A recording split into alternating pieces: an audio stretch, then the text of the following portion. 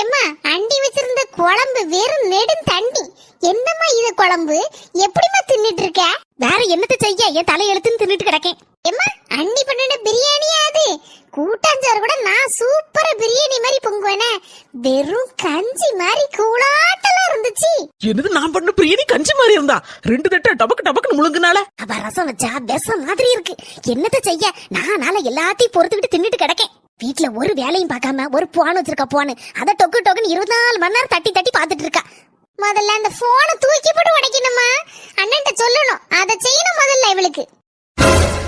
பாவிகளா, என்ன பொய்லாம் சொல்லுதாலுவோ? தின்னுட்டு தட்டை கூட கழுவும் போட்டிருக்காலும் நான் கழுவி இருக்கேன்.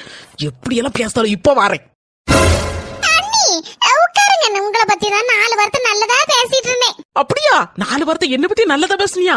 நான் எங்க அம்மா கிட்ட உன்னை பத்தி 40 வார்த்தை ரொம்ப ரொம்ப நல்லதா பேசுவேன்.